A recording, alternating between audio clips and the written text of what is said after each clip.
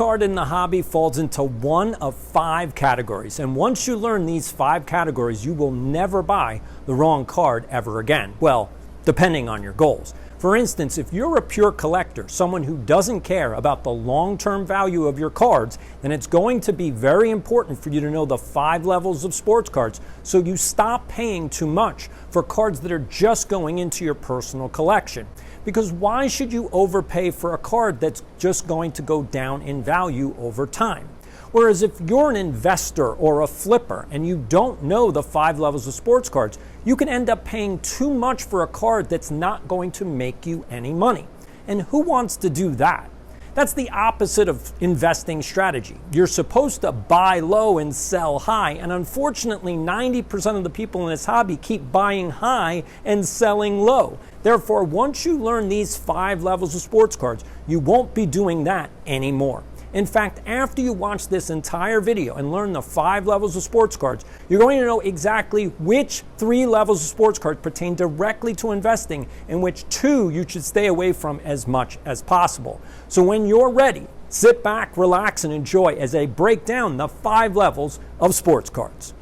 Welcome to EDI Sports Cards. My name is Doc, and this is the channel for sports cards, and life. And before I get into the video, I want to thank everyone that hit the subscribe button because my channel is literally blowing up. As you can see, 371 new subscribers in the last week alone. If you're new here, I think the reason so many people are hitting the like and subscribe buttons is because most of the channels on YouTube are people who yell and scream about sport card prices, breakers, flippers, and how much they hate PSA, but there is no real information. So if you're looking for real information from a real collector who has been buying, selling, and collecting cards for the last 40 years, then this is your home. And now, back to the video. There are 2 reasons why people buy, sell, and collect cards. 1, they just like the cards. That's right, you're just a pure collector and you don't care what the cards are worth. Not today, not tomorrow, not 20 years from now. But there's a second reason people buy cards, and that reason is money. Yes, you want to make money with your sports cards. Whether you're a short-term flipper or a long-term investor, you look at your sports card hoard as a money-making proposition. But here's the problem. 99% of the cards in the hobby are going to go down in value over time. That means if you buy them today, you're almost guaranteed to lose money on them unless you flip them very quickly for a profit and get out of the hobby. And that is the issue. How do you know which cards to buy and which ones to stay away from? And more importantly, how do you know which cards you should sell right now and which ones will go up over time? Therefore, if you are asking any of these questions, that's why you must know the 5 levels of sports cards first so that you can stop worrying about making a huge mistake with your money.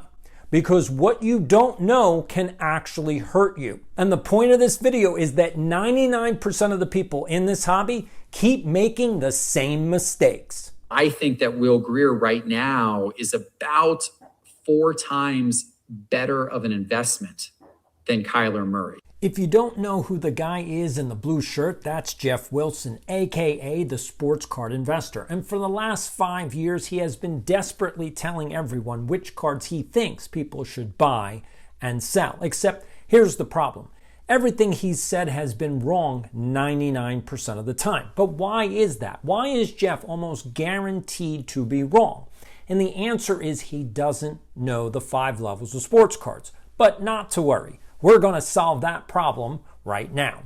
If you want to stop buying the wrong cards and you also want to stop overpaying for cards that are just going to go down in value over time, let's go over the 5 levels of sports cards right now.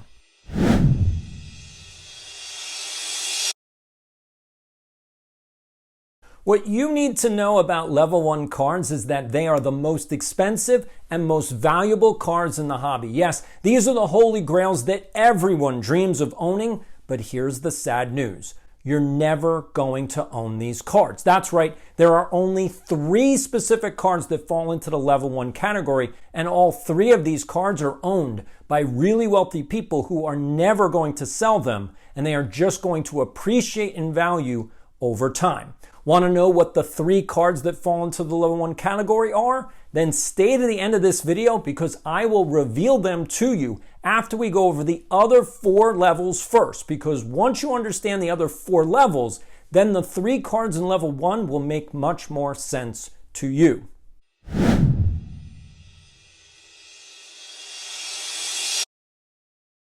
So let's start this video off with level 5 cards. And the reason I want to start with level 5 is because 99% of all the cards in the hobby are going to fall into this category. I'm talking about every junk wax card, every common and base card, and also all the specialty cards that are being pumped out and overprinted by Fanatics, Leaf, and Panini since 2018.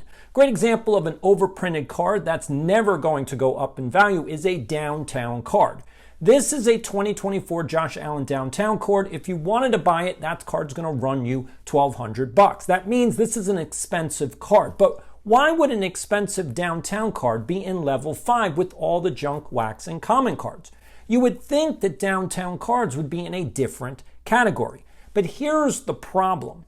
Downtown cards are only expensive, but they will actually lose value over time. And now it's time for Professor Schwartz's classroom. One of the reasons I started this channel was because it makes me sick seeing all these new people in the hobby get taken advantage of by sellers, and even worse, when adults try to steal cards from kids. When I started in this hobby as a kid, grown men tried to swindle me out of my cards because unfortunately, a lot of people care more about these cards than they do being a decent human being. So that's why I wanted to start this segment, Professor Schwartz's Classroom, because once you know these key concepts, you will never get taken to the cleaners ever again. And today's lesson is all about value versus expense. But what do I mean? Let's use this Downtown card as an example.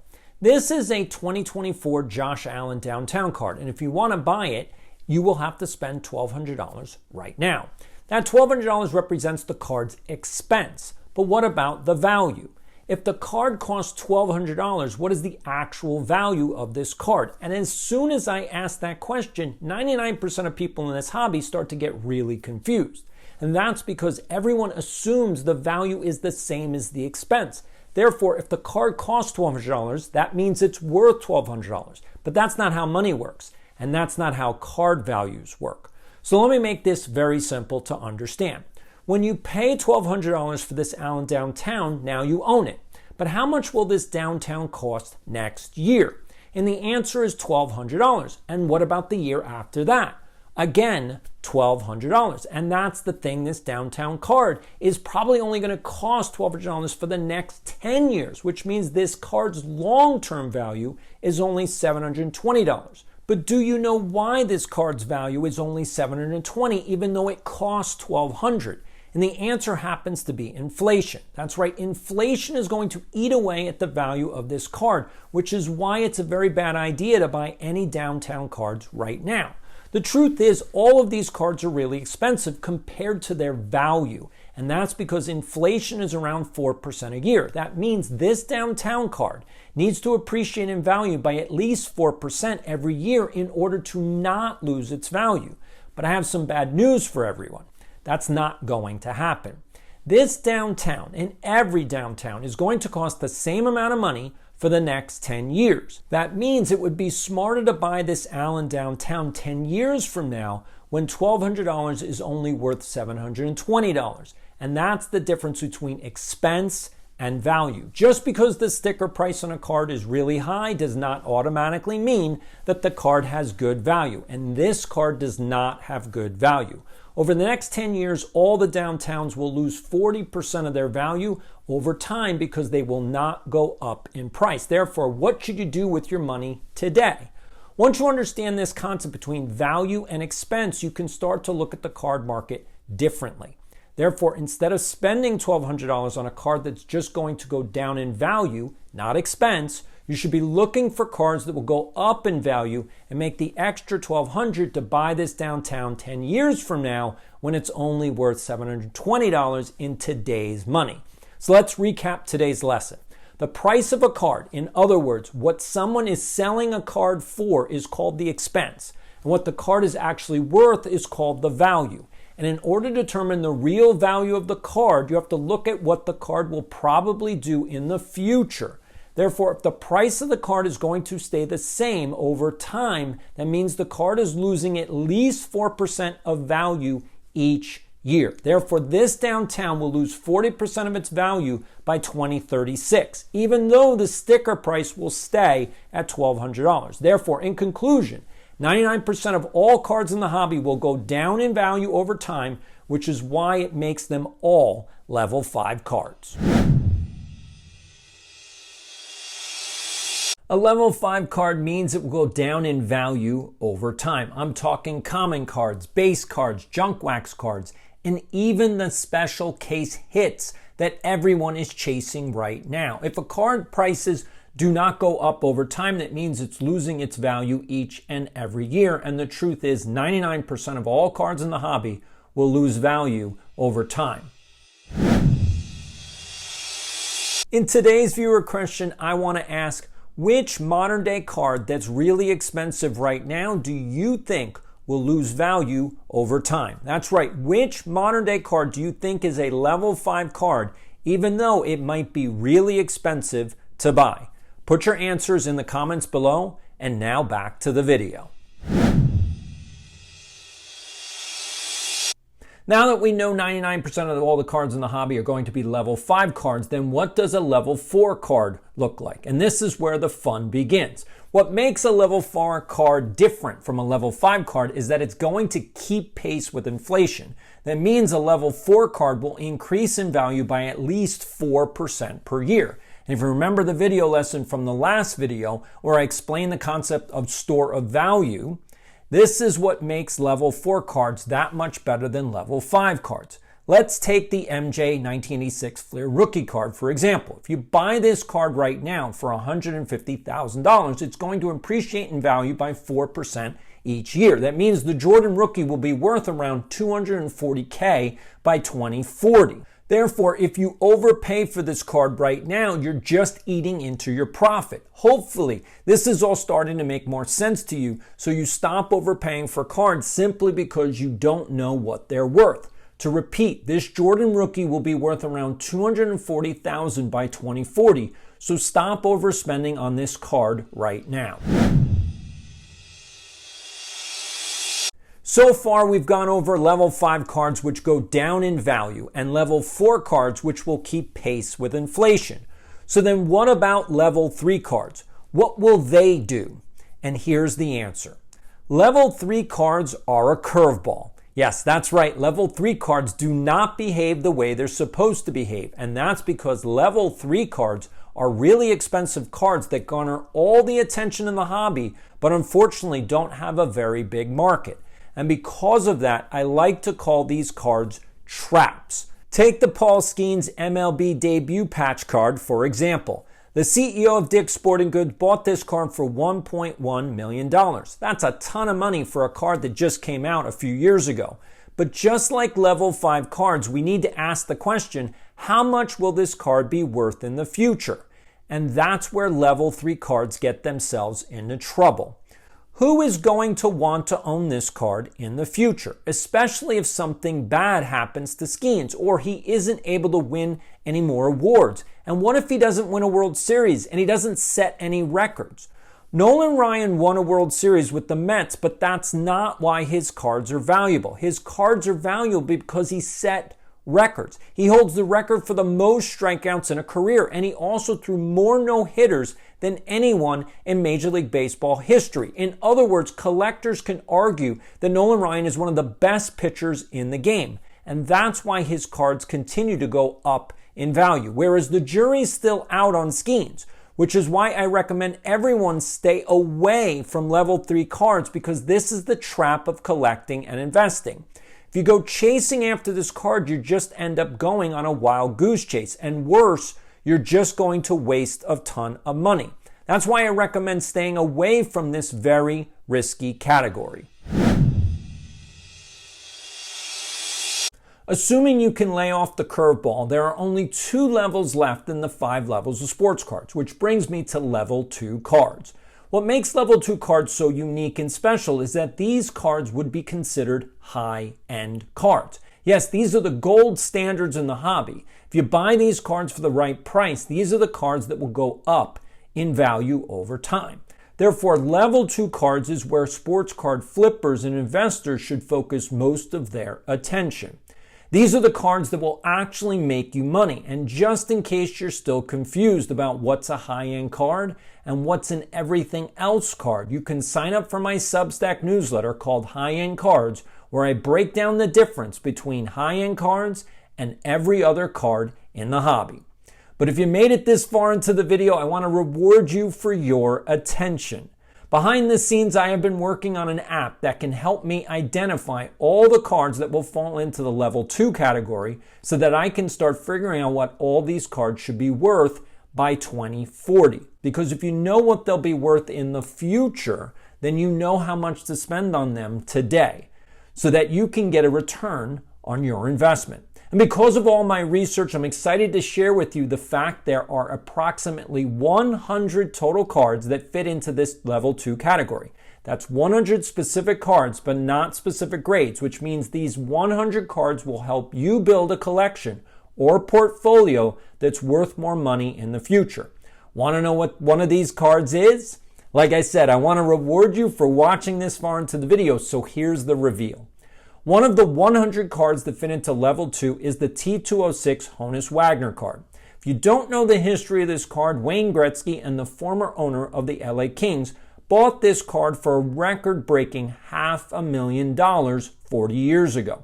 Unfortunately, PSA originally graded it a PSA 10, but hobby sleuths found out this card had been trimmed and PSA was forced to downgrade it to a PSA 8. But what's this card worth today? And the answer is around $7 million. Therefore, this card cost $500,000 40 years ago and is worth around $7 million today. So what will it be worth in 2040? If you want to know the answer to that question, you have to subscribe to my Substack newsletter called High-End Cards. I'll leave the link in the description below.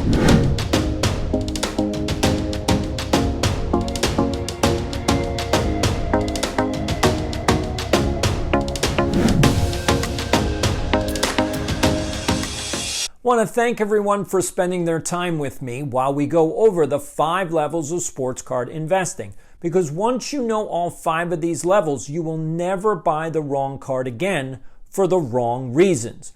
And before I reveal the 3 specific cards that fit into the level 1 category, I just want to make sure what we've covered so far makes perfect sense. So here's a quick recap. There are 5 levels to sports cards. Level 5 cards go down in value. Level 4 cards keep pace with inflation.